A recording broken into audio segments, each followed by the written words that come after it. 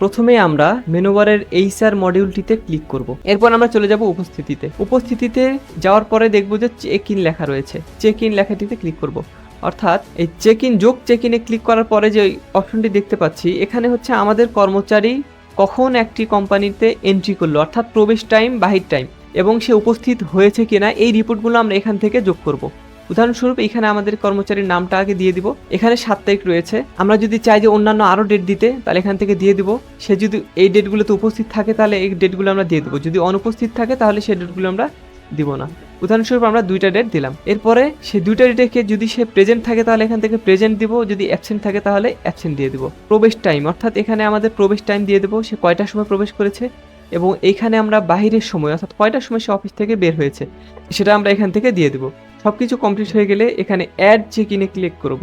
এইভাবে আমরা কর্মচারীর অ্যাটেন্ডেন্স রিপোর্টটি এখান থেকে সেভ করে নিব।